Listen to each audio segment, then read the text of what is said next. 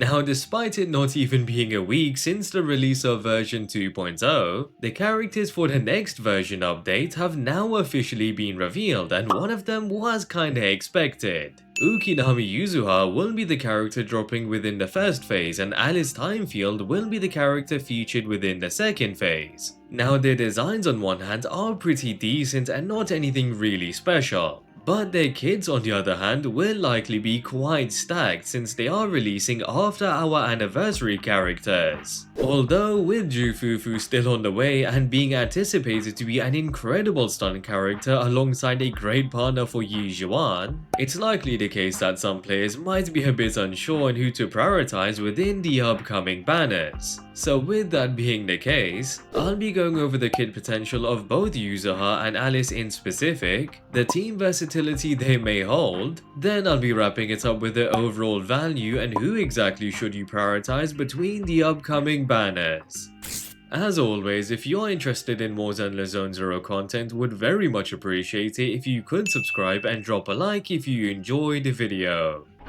Kicking this off with undoubtedly the most valuable character within version 2.1, Yuzuha has officially been confirmed to be a physical support. As mentioned, the character design is decent, with of course the raccoon hanging at the back being objectively the best aspect of her design. But the simple fact that she will be our second limited support character after Astra really does skyrocket her overall value. Now with that said, I would certainly expect for there to be a few similarities between Astra and Yuzuha in terms of abilities, since both are limited supports. In specific, a massive attack bonus and perhaps even a general damage increase could be something we can see Yuzuha provide, especially since these buffs wouldn't be out of the ordinary and would immediately allow Yuzuha to be quite versatile in team building. Although, considering the fact that Caesar is pretty much a universal physical support herself, even though she is technically a defense character, it means that Yuzuha may then have a specific archetype that she can work best in to avoid being a bit too similar to Caesar. So then, with that being the case, as much as I would love to see a rupture support to allow Yuzuha to become even more powerful, chances are that it won't be the case, since Fufu is already going to allow Yuzuha to perform better overall, and as of now, Pan Yin-Hu is the rupture support to utilize, and it would kinda suck if they released a premium support after players having just built Pan Yin-Hu. So alongside that, and due to there not really being a support dedicated towards anomaly compositions, there is more of a chance that Yuzuha will be a support that can work across multiple team compositions, but may specialize in supporting anomaly compositions even more. So an overall damage increase or an attack bonus, as mentioned earlier, would still be viable for anomaly DPS characters. But in addition to that, Yuzuha might be able to increase the damage dealt by Disorder and provides bonuses towards either anomaly proficiency or anomaly mastery. Along with that, and specifically with Yuzuha's playstyle, as a support it would be fair to expect for her to have little to no field time similar to AstraYao. However, unlike Astra, the small raccoon on Yuzuha's back surely will act like a summon similar to Fufu's Huwei and Lucy's Boars, which then could mean Yuzuha will be capable of dealing damage off field through the raccoon whilst also providing potential buffs for the team. Of course, do take all of this with a pinch of salt, but the fact is Yuzuha will be insanely valuable due to just being a support and likely will synergize with many characters, even though she might decide to specialize in a specific archetype. Now, speaking of team synergies, without a doubt Yuzuha will synergize with many team compositions and may be one of the most versatile characters simply due to being a support, especially since if she can provide generic bonuses such as a massive attack increase, pretty much every DPS would be able to utilize that bonus and deal significantly more damage. However, considering the fact that she might specialize specifically in supporting anomaly characters, it means that she would of course synergize even more alongside anomaly characters than other DPS characters, with there being a chance that she can provide anomaly stat bonuses and perhaps increase the damage dealt from Disorder. Characters such as Alice, Miyabi, Yanagi and Vivian will certainly benefit, as they would be capable of dealing significantly more damage. Not that they even needed to deal more damage since Miyabi in specific is still currently the best DPS in the game. But I suppose for other anomaly characters such as Jane and even perhaps Grace that have fallen quite far behind in comparison to more recent characters, they would then be able to perform much better overall and maybe more similar to some of the more recent DPS characters. Although once again, due to simply being a support, I would expect for Yuzuha to also synergize with attackers and rupture characters. That is, if she does have a flexible core passive and if she does in fact provide a bonus towards general damage or attack. So with that, it's safe to say that Yuzuha will have incredible longevity alongside great versatility, leading to her being one of the most valuable characters you can pick up for your account.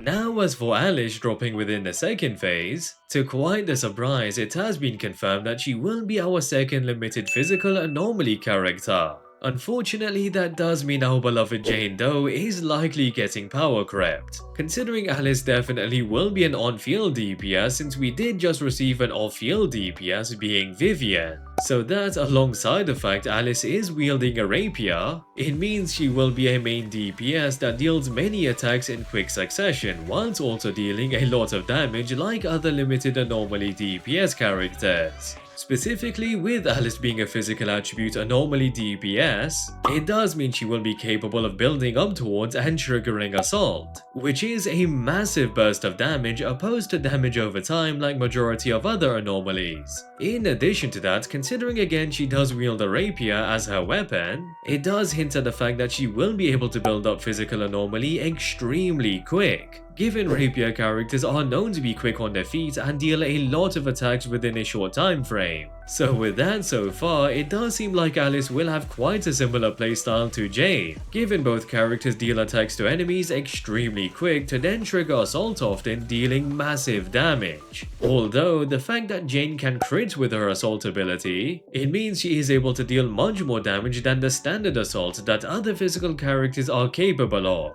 So unless Alice can also crit with assault just like Jane, it would be wise to not expect for her assault to deal as much damage. Instead, there likely will be additional abilities to make up for the damage loss and then some, allowing for Alice to deal more damage overall than Jane and majority of other anomaly DPS characters. Though with that said, to think she will be able to deal as much damage as Miyabi is something I would definitely advise to not expect.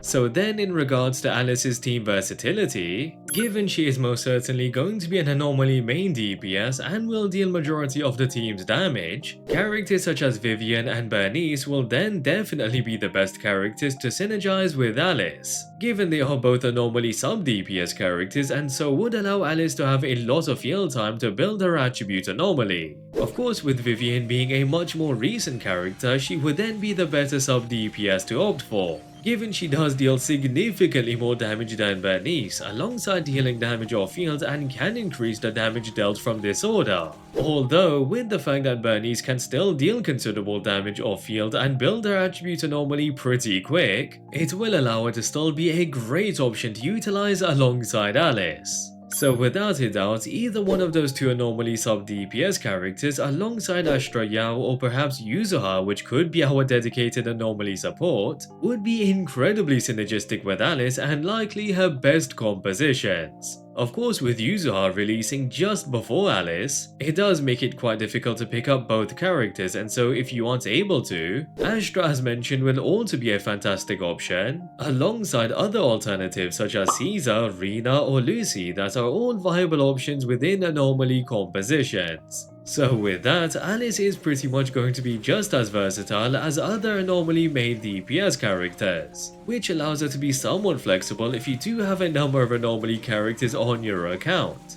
but of course may not hold the most longevity, since she will ultimately be a DPS character that likely won't have any game-breaking mechanics to carry her value long term.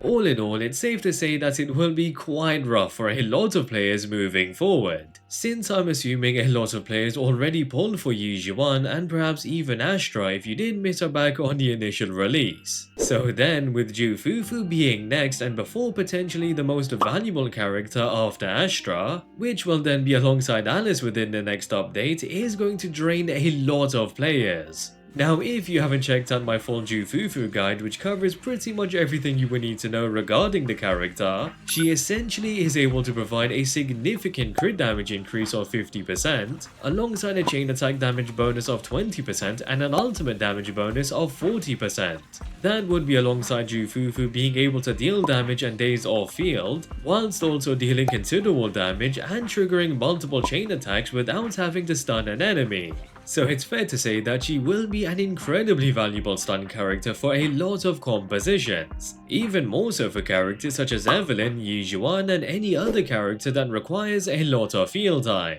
which means she would of course hold immense long-term value due to her great team versatility. Now on the other hand, with Yuzuha, not only do I expect her to hold even more long-term value on your account, but may be able to synergize with even more characters since she is a support. Of course, with that said, she will specialize in supporting a certain archetype over others to again avoid being a Caesar copy. But if she can provide generic bonuses to majority of DPS characters, it then means she would still be one of the more versatile characters in the game despite being made for certain teams. So with all things considered, it would be advisable for most players to prioritize Yuzuha over any other upcoming characters if you are considering long-term value. Following on from that, it goes without saying that Fufu will be the second character to prioritize since she is going to be an incredible stun character. But considering she is just before Yuzuha, I would then only recommend picking up Fufu if you will have enough for Yuzuha or expect to have enough for her once the banner is still up.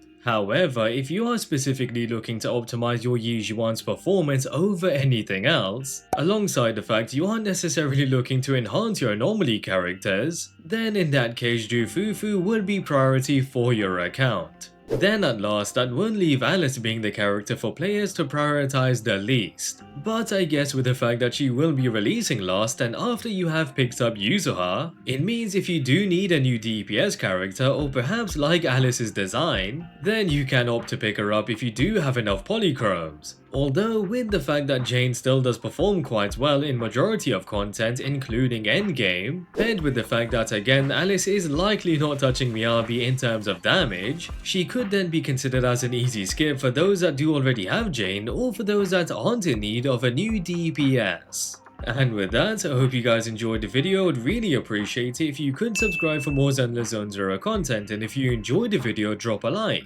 Also drop a comment down below on who exactly are you most hyped to pull for between the upcoming banners. And yeah, hope to catch you guys later.